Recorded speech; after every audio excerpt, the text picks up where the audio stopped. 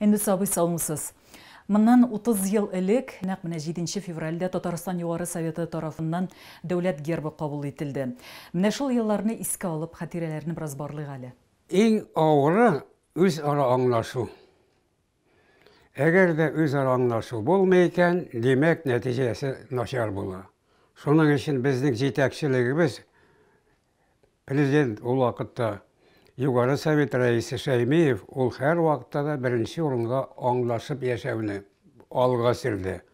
Әгәр дә рус, татар һәм башкалар бер фикердә була икән, әгәр дә шушы рәвештә карар кабул итәбез икән, ул карар үтәләчәк.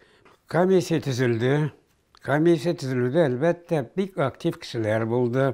Ләкин аларның иң активы дип әйтергә кирәк, ул безнең Ренат Максум улы Харисов. Тиешле рәвештә аңлатуы шушыны каршылыкларны булдырмады. Бернинди каршылыксыз кабул ителде. Инде сабый гербның уртасында канатлы ак барс сүрәте. Хәзер инде ул безнең республиканың символына да әверелде. Әйтегез әле, ни өчен нәкъ менә ак барс?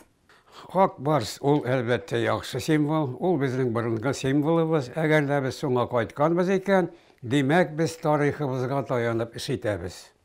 Тарихка таянып эш итү, ул әлбәттә менә безнең уңышларның төп нәтиҗәсенең берсе.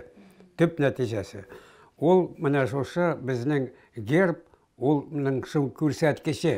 Менә карагыз, менә татарлар, менә Татарстан, менә аның тарихы шушы рәвештә күрсәтелә һәм без шулай яшибез дә. Шушы ак барс шикелле алга барабыз, курыкмастан, ә ул курыкмауның белгесе. Корыкмаулык белгесе борынгы рәвештәге безнең күрсәткечебез ул безнең. Менә шуның өчен ул герб, ул безнең яшәү символы.